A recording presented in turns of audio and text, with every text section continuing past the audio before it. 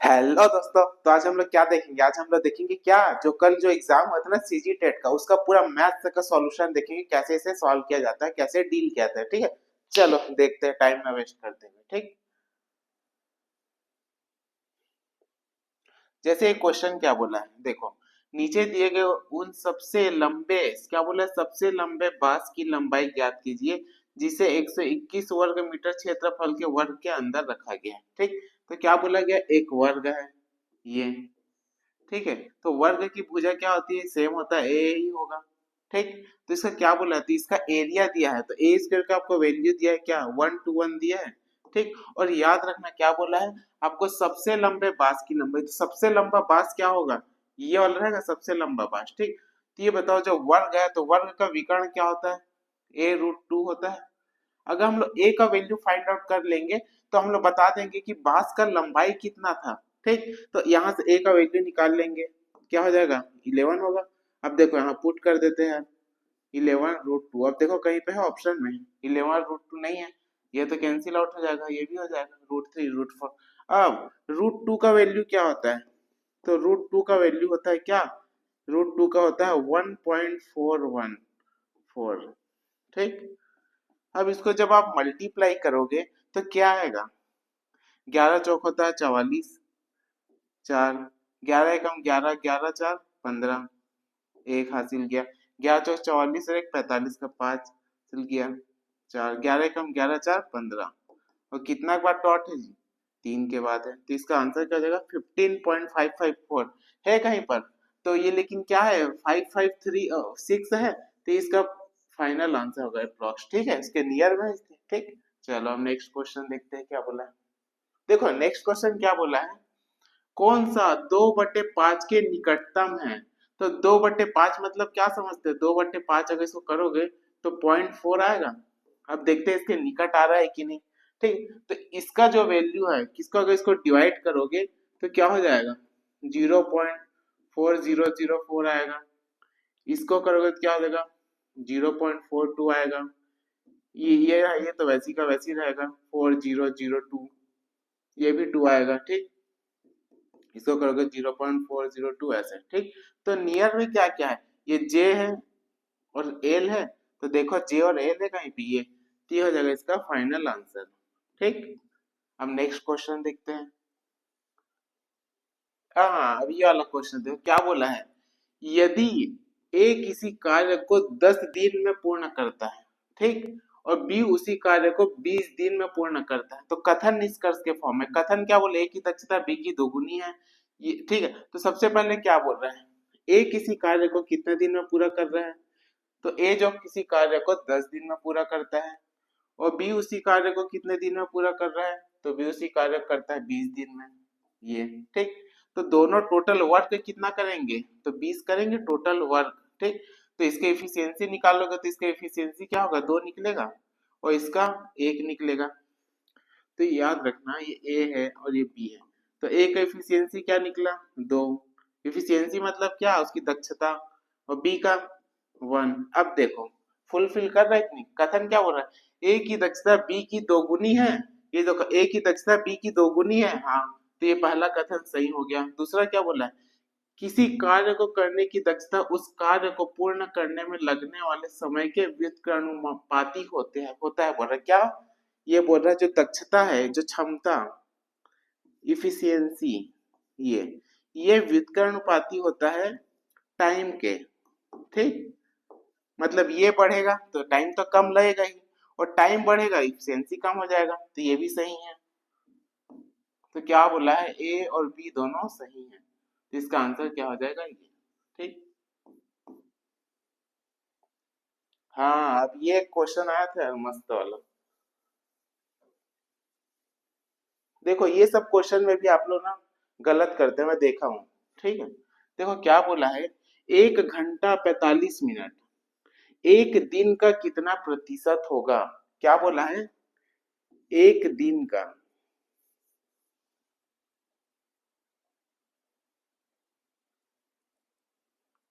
ठीक है, एक दिन का X% मान लो। ठीक है, और कितना बोल रहा है, 1 घंटा 45 मिनट, 1 आवर 45 मिनट, ठीक है। तो एक दिन बराबर कितना होता है, 24 घंटा होता है, तो 24 आवर हो गया, मल्टीप्लाई एक्स बटे 100 बराबर 1 आवर मतलब 1 प्लस, और 45 को अगर आवर में चेंज करोगे तो क्या होगा, 45 बटे 60 करोगे तो इसको कैंसिल आउट कर दो, 15 दिया 45, 15 चौक 60, 3 बटे 4 होगा, ठीक। अब इसको मल्टीप्लाई करोगे, 4 एकम 4, 4 3 7, 7 बटे 4 आएगा यहाँ पे,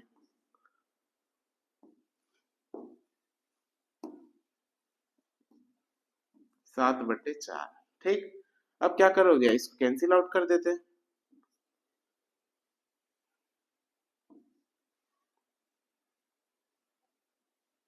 ये, ठीक। अब इसको कैंसिल आउट कर देते हैं, 4 दूनी 8, 4 पंचे 20, ठीक।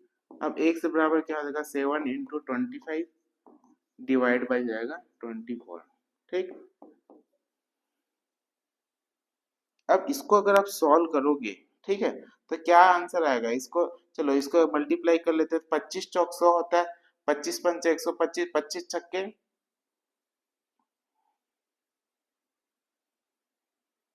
175 बटे 24, ठीक। अब इसको डिवाइड करो तो क्या आएगा, इसको अगर आप डिवाइड करोगे तो कितना बार में जाएगा ये, तो ये जाएगा 7 बार में,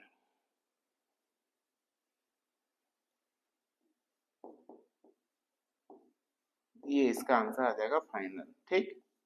देखो कहीं पर है ये है, तो इसका आंसर क्या हो जाएगा, ये ए, ठीक। अब नेक्स्ट क्वेश्चन देखते हैं, ज्यादा टाइम ना वेस्ट करते हुए जल्दी जल्दी सॉल्व करेंगे, ठीक है।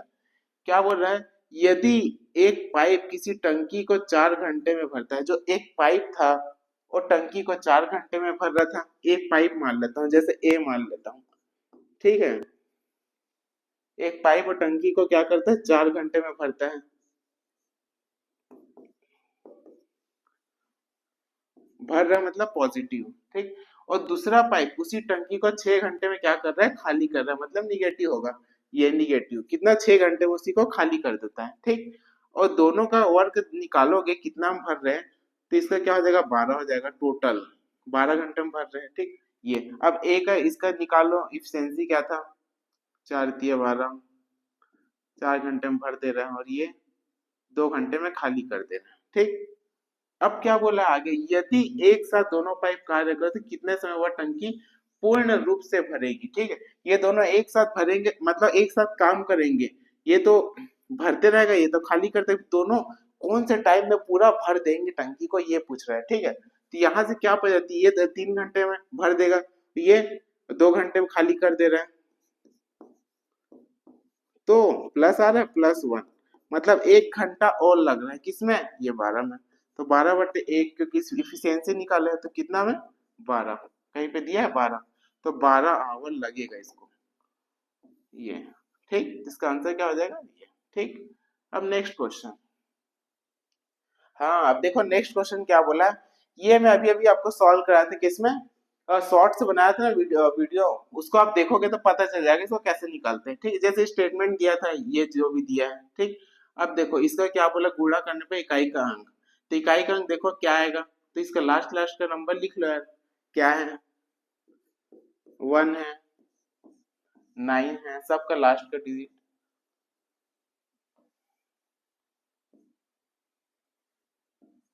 9196, ठीक। 4 एकम 4, 36 का 6 6, तो इसका आंसर क्या आएगा, 6 इसका इकाई इकाई है, ठीक। सबको मल्टीप्लाई करते हैं, उसको लास्ट का डिजिट ले लेते हैं, ठीक है। तो कथन तो सही हो गया 6। अब क्योंकि अंतिम पद का इकाई अंक 6 है बोला है, हाँ तो देखो इकाई अंक 6 है, हाँ सही है, मतलब कथन और कारण दोनों सही है, ए और आर दोनों सत्य है, इसमें भी दोनों सत्य है, लेकिन एक तो बोल रहा है उसका सही व्याख्या कर रहा है, बोल रहा नहीं कर रहा, तो देखो अगर इसको पढ़ा जाएगा, 6 होगा इकाई, क्योंकि अंतिम पद का इकाई अंक 6 है, लेकिन ऐसा नहीं होगा कि कोई भी नंबर के डिजिट के लास्ट में अगर 6 आ रहा है, अगर यहाँ पे कोई और नंबर रहता तो जरूरी थोड़ी ना कि उसका 6 ही आता इसका इकाई अंक, अगर जैसे यहाँ पे नंबर देखो 6 है, अगर यहाँ पे 2 रहता तो अगर 6 रहता लास्ट का, उसके सामने वाला अगर 2 रहता, इसको मल्टीप्लाई करते तो क्या आता, 12 आता। तो इसका इकाई अंक 6 तो नहीं आ रहा है। मतलब ये दोनों तो सही है, लेकिन एक दूसरे को फुलफिल नहीं कर रहे, इसलिए क्या हो जाएगा, ये सही व्याख्या नहीं करता। ठीक, क्या आएगा, ए और आर दोनों सत्य है, लेकिन आर ए की सही व्याख्या नहीं करता। क्यों नहीं करता, अब आपको समझ आ गया होगा। ठीक, अब नेक्स्ट क्वेश्चन देखते हैं।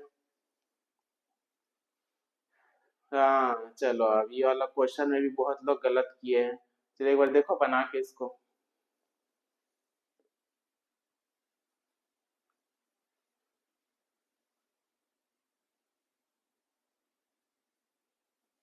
चलो इसको बना ही लेते हैं।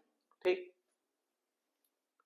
इसको सही जोड़ी वाला है से। ठीक, इसको पहले सॉल्व करेंगे। पहला वाला क्या बोला है, 0.01 मल्टीप्लाई 0.1 माइनस 0.001 डिवाइड 10 प्लस 0.01। अब बोर्ड मास अप्लाई होता है ये सब में ना, बोर्ड मास से जो नहीं करेगा उसका आंसर गलत आएगा।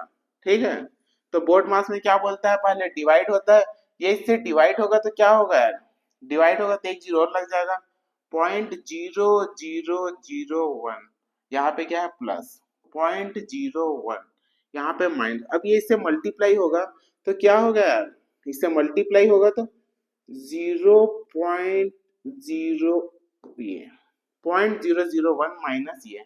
ठीक, अब क्या हो गया, ये दोनों को जोड़ देते हैं, तो जोड़ोगे तो क्या आएगा,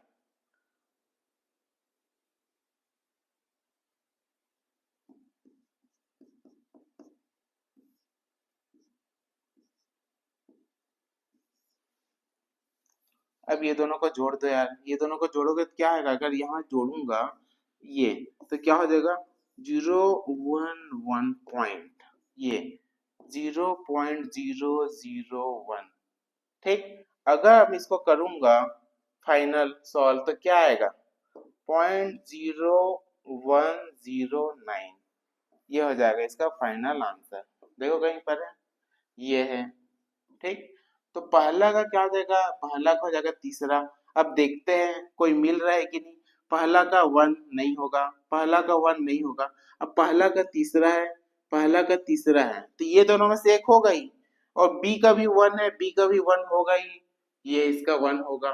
ठीक, अब लास्ट का मिला के देख लेते हैं, अगर डी का वैल्यू जो भी आएगा उससे हम लोग को पता चल जाएगा इसका आंसर क्या है। जैसे अगर टी वाला ही देख लेते हैं। ठीक,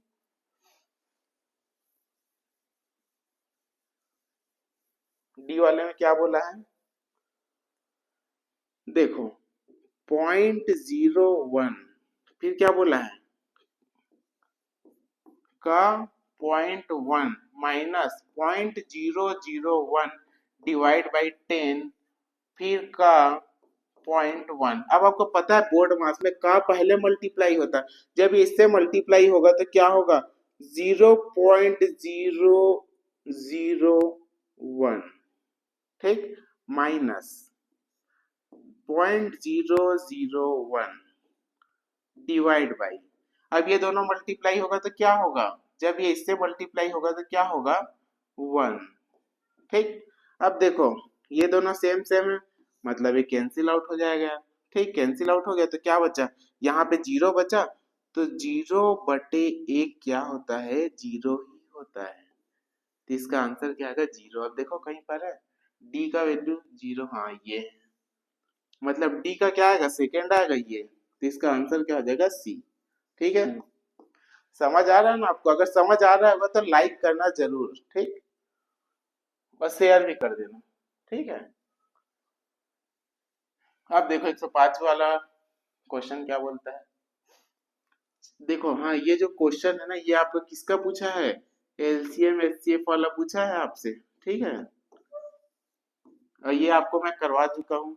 क्या बोल रहे, 4 विभिन्न इलेक्ट्रॉनिक उपकरण प्रत्येक क्रमशः 30 मिनट, एक इलेक्ट्रॉनिक उपकरण जो 30 मिनट, 1 घंटा और 1.5 घंटा एवं 1 घंटा 45 मिनट पश्चात एक बीप की आवाज करता है। ठीक है, जैसे बेल आवाज करता है वैसे बीप करके आवाज करता है। ठीक है, यदि सभी उपकरणों की बीप की आवाज दोपहर 12 बजे एक साथ होगी तो फिर से एक साथ बीप की आवाज कब होगी? अगर वो बोल रहा है एक बार में, अगर वो पहला जो बीप का आवाज है 12 बजे होता है, वो भी कहाँ कब? दोपहर के। तो दूसरी बार एक साथ सभी, जैसे घंटियां मान लो, सभी घंटी एक साथ कब बजेगी ये मान लो, ठीक है। तो क्या करना है, इसको लिखते हैं। 30 मिनट दिया है पहला वाला, 30 मिनट। और दूसरा क्या बोला है, 1 घंटा मतलब कितना मिनट, 60 मिनट। तीसरा क्या बोला, 1.5 घंटा मतलब क्या होता है, 90 मिनट। और क्या बोला है, 1 घंटा 45 मिनट मतलब क्या होता है, 105 मिनट। ठीक।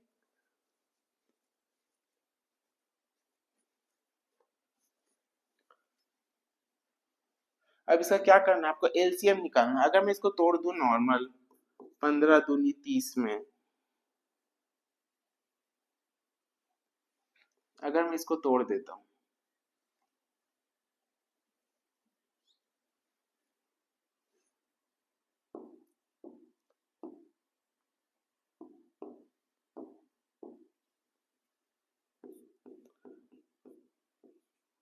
या तो आप डायरेक्ट एलसीएम निकाल के भी कर सकते हो, ठीक है।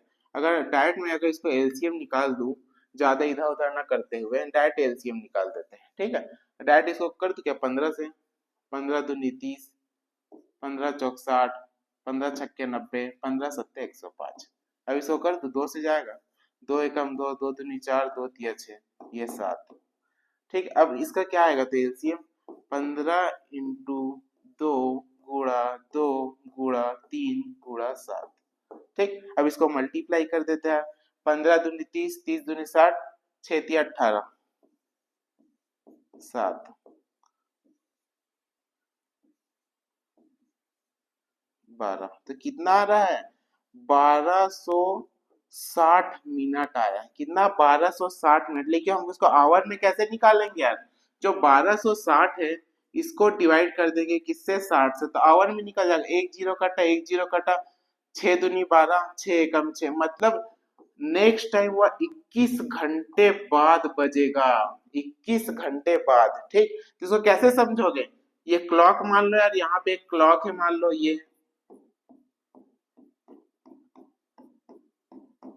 ये 12, 1 2 3 4 5 6 7 8 9 10 11 12। ठीक। अब देखो ये दोपहर के 12 बजे बज रहा था, और नेक्स्ट टाइम कब बजेगा, नेक्स्ट टाइम बजेगा 21 घंटे बाद। तो जब मैं ऐसे फिर एक चक्कर घुमाऊंगा तो 12 घंटे हुआ, फिर 12 के बाद 13 14 15 16 17 18 19 20 21।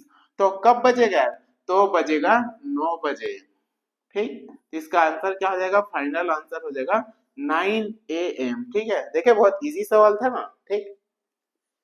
अब अब नेक्स्ट क्वेश्चन क्या बोल रहा है,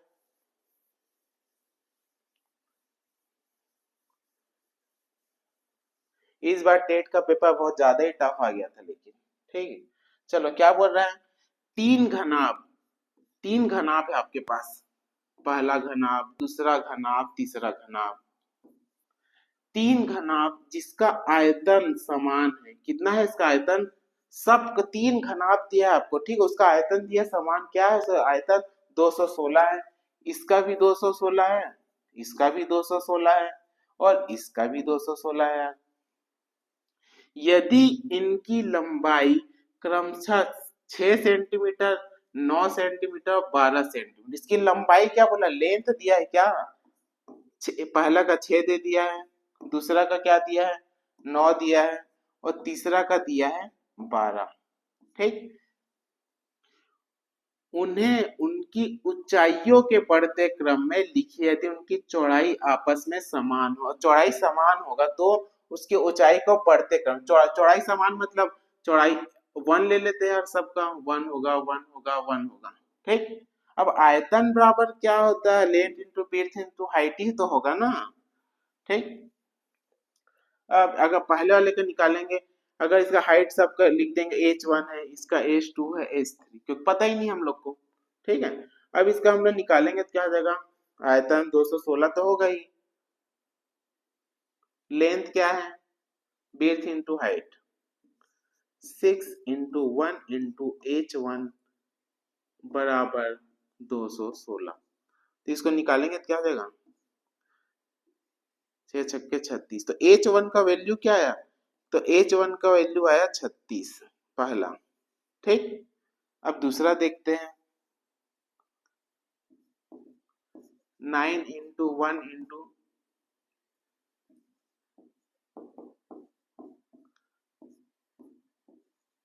36, तो H2 का वैल्यू क्या आएगा? 24। वैसे H3 देख लेते हैं यार क्या होगा।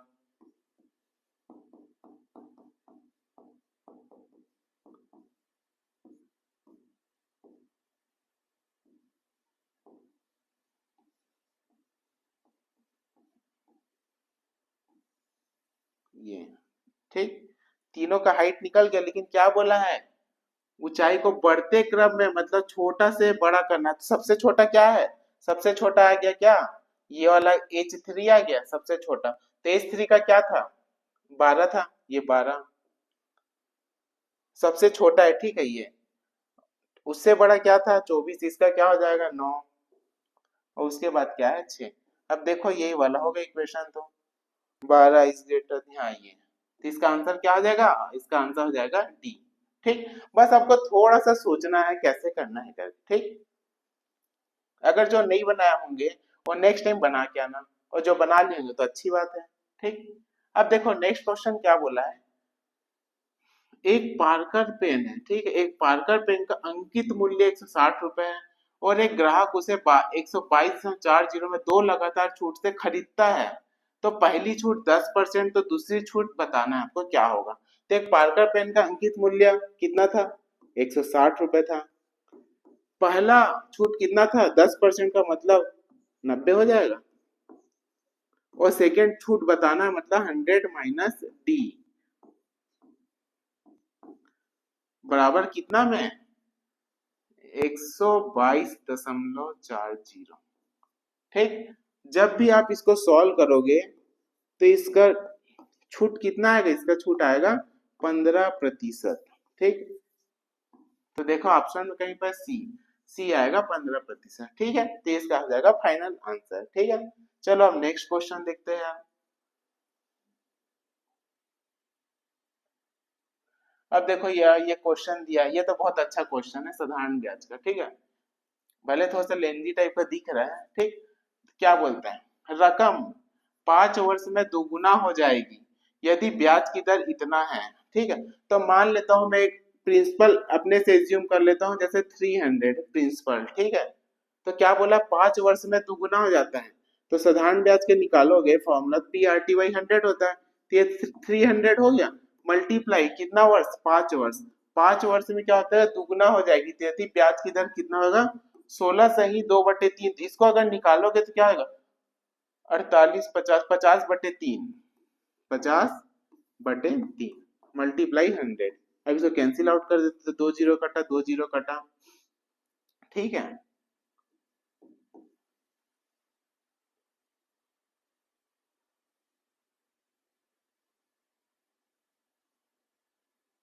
ये ठीक, तो क्या हो जाएगा? 5 पंचे 25, 3 3 अट्ठे 24। ये अगर इसको जोड़ेंगे तो भी दुगुना हो रहा है क्या? नहीं हो रहा है।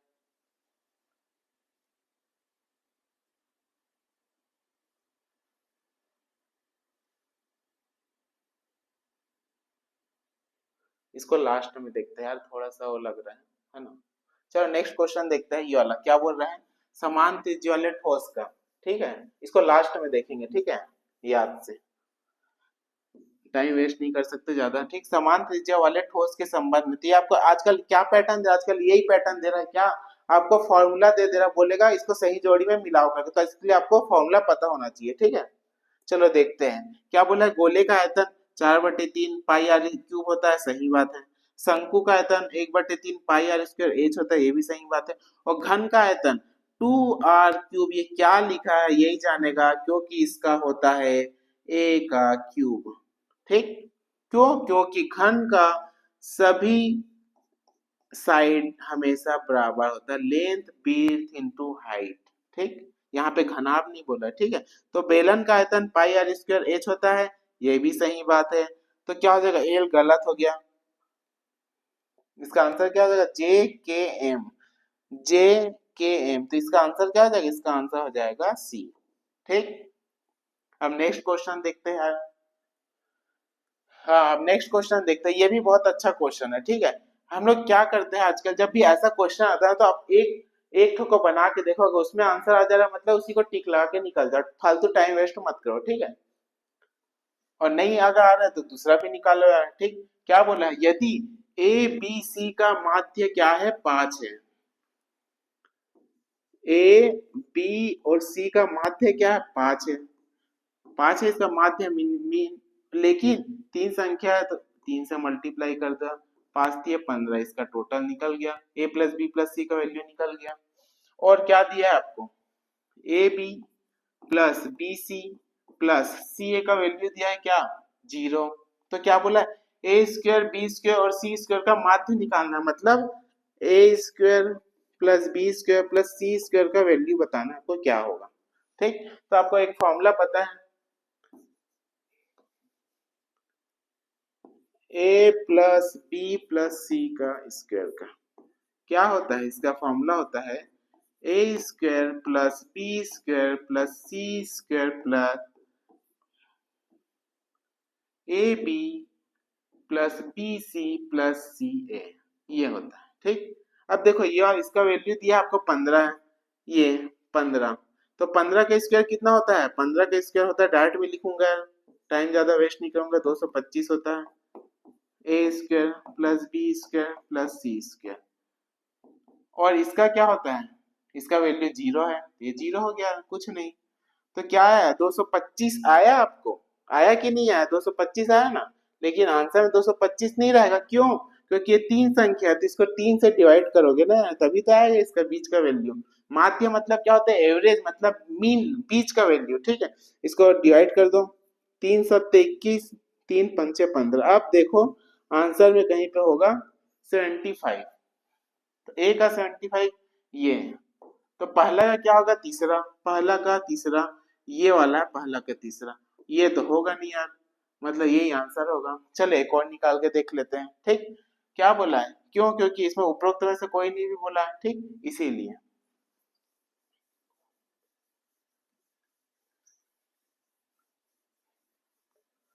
अगर आपको वीडियो अच्छा लग रहा होगा, समझ आ रहा होगा, तो लाइक शेयर उसको जरूर करके ही जाना है। ठीक है, अब देखो क्या बोला, यदि 7 लगातार अंकों का औसत क्या दिया है, 20 है।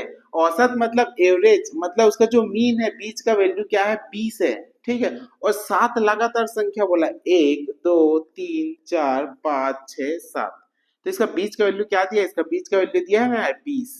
ठीक, तो उनमें से सबसे बड़ा अंक कौन सा होगा बोल रहे हैं। ठीक है, अगर ये कंटिन्यूस नंबर है, मतलब लगातार बोला है, तो 20 के बाद क्या होता है, 21 22 23, और पीछे करोगे तो 19 18 17, और सबसे बड़ा वैल्यू पूछा है, तो सबसे बड़ा वैल्यू क्या है, 23 है। अगर छोटा बोलता है सबसे छोटा तो इसको लेते हैं, लेकिन यहाँ सबसे बड़ा बोला है, तो बी का क्या आएगा, कहीं पे 23 है ये,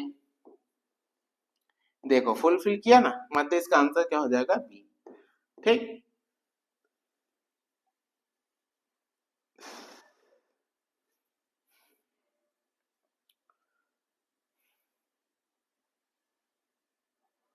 नो चाहे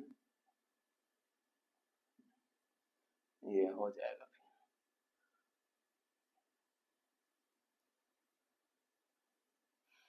अब देखो एक क्वेश्चन क्या बोलता है, अवरोही क्रम में जमाना है आपको। ठीक है, क्या बोला है, मैं आपको ये वाला क्वेश्चन बताया हूँ, इसको डिवाइड करके आपको टाइम वेस्ट नहीं करना है। इसको कैसे करना है मैं आपको बताया था ना, रील्स के फॉर्म में बना के। ठीक है,